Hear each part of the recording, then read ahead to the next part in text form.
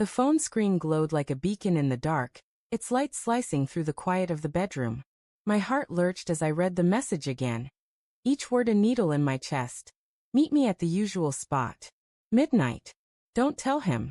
It wasn't meant for my eyes, but there it was, stark and undeniable, on Claire's phone, left carelessly on the nightstand. Her breathing was soft, steady, as she slept beside me, oblivious to the storm brewing in my gut.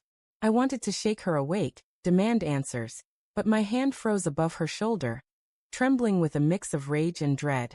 What was I about to uncover? The clock ticked past 11 p.m., each second a hammer against my skull. I'd always trusted Claire, her laugh, her warmth, the way she'd curl into me on nights like this. But lately there were cracks. She'd been distant, her phone always angled just out of sight, her excuses for late nights at girls' nights or work events growing flimsier. I'd brushed it off, told myself I was paranoid, that love meant trust. But that message, don't tell him, it wasn't paranoia. It was a blade, and it was already cutting. I slipped out of bed, the hardwood cold against my bare feet, and paced the living room. The city hummed outside our apartment window, a restless pulse of headlights and distant horns. My mind churned, replaying every moment of the past few months. The way she'd linger in the bathroom, texting furiously, then emerge with a smile too bright to be real. The faint scent of unfamiliar cologne on her jacket last week, dismissed as probably from the crowded bar. I'd wanted to believe her. God, I'd wanted to. I grabbed my coat and keys, heart pounding. The usual spot could only mean one place. The Blue Lantern, a dimly lit club downtown where she went with her single friends. She'd always framed it as harmless fun, rolling her eyes when I hesitated. If you don't like me going to clubs with my single friends, you're controlling, she'd said once, her voice sharp with accusation. I'd backed off, ashamed of my doubt. Now those words felt like a trap. The streets were slick with rain as I drove, the wiper's rhythmic swish a counterpoint to my ragged breathing. The Blue Lantern's neon sign flickered ahead, casting a sickly glow over the crowd spilling onto the sidewalk. I parked, my hands shaking as I gripped the wheel. Part of me wanted to turn back, to pretend I'd never seen that message.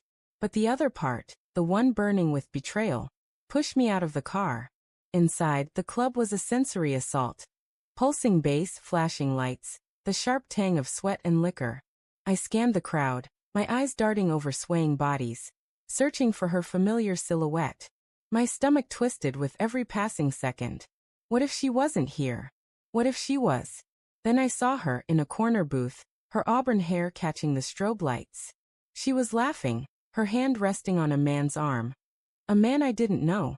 He was tall, broad-shouldered, with a confidence that made my skin crawl. His hand brushed hers, lingering too long, and she didn't pull away. My chest tightened, the air too thick to breathe. I wanted to storm over, to confront them, but my feet felt glued to the floor. Doubt crept in, insidious and cold. Maybe it was innocent. Maybe he was just a friend. But the message echoed in my mind. Don't tell him. I edged closer, weaving through the crowd, my pulse a drumbeat in my ears. Their conversation was drowned out by the music, but their body language spoke volumes. The way she leaned in, her smile too intimate, her eyes too bright. I caught fragments of their words. Missed you. Can't keep doing this.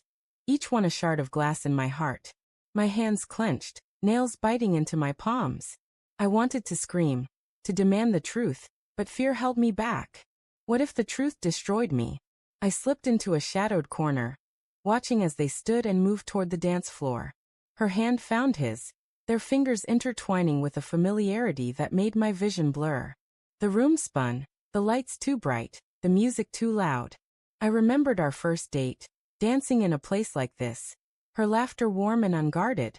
Had that been a lie too? How long had this been going on? My phone buzzed and I flinched. A text from Claire. Hey, staying late at work. Don't wait up. The lie was so blatant, it stole my breath. I stared at the screen, then back at her, swaying with him under the pulsing lights. My heart screamed to confront her, but my mind raced with questions. Who was he? How long had she been slipping away from me? And why? Why wasn't I enough? I followed them as they left the club, my footsteps silent against the rain-soaked pavement. They ducked into an alley, and I hung back, my breath catching as they stopped under a street lamp. He pulled her close, his lips brushing her forehead, and she didn't resist. My world tilted. I wanted to believe there was an explanation, something to make this make sense, but the evidence was crushing. Still, I clung to a shred of hope, pathetic and desperate. "Claire," I called, my voice cracking. They froze, her eyes wide as she turned to face me. For a moment, time stopped, the rain a soft hiss around us. Her expression flickered, shock, guilt, then something harder, defiant. "Jake," she said, her voice steady despite the tremor in her hands. "What are you doing here?" "I could ask you the same thing." My words were bitter, laced with pain. The man stepped back, his face unreadable, but he didn't leave. He stood there, a silent challenge. "It's not what you think," she said, but her voice faltered, and I saw the lie in her eyes. "He's just a friend." "Then why the secrets?" I stepped closer, my voice rising. "Why the texts? Don't tell him." "What the hell, Claire?" She flinched, her defiance crumbling. "I didn't want to hurt you," she whispered, tears brimming. "It just happened." The man spoke then, his voice low, almost regretful. "I'm sorry, man. I didn't know she was serious with anyone at first." The words hit like a punch. At first. So this wasn't a one-time thing. It was ongoing, deliberate. My knees buckled, but I stayed upright, fueled by anger and heartbreak. "How long?" I demanded, my eyes locked on Claire. She looked away, her silence louder than any confession. The rain plastered her hair to her face, and for a moment, I saw the woman I loved. The one I thought I knew. But she was a stranger now. Her secrets laid bare in the dim light. "I trusted you," I said, my voice breaking. "I gave you everything." "I know," she sobbed, reaching for me. I stepped back, the distance between us a chasm. "I'm sorry, Jake. I didn't mean for it to go this far." The man shifted, uncomfortable, and muttered something about leaving. He walked away, disappearing into the rain, but the damage was done. Claire and I stood there, the weight of her betrayal crushing us both. I wanted to hate her, to walk away and never look back, but love clung to me, stubborn and painful. "Why?" I asked, the question raw, desperate. "What did I do wrong?" She shook her head, tears mixing with the rain. "It wasn't you. It was me. I felt trapped. I didn't know how to tell you." Her words twisted the knife deeper. Trapped.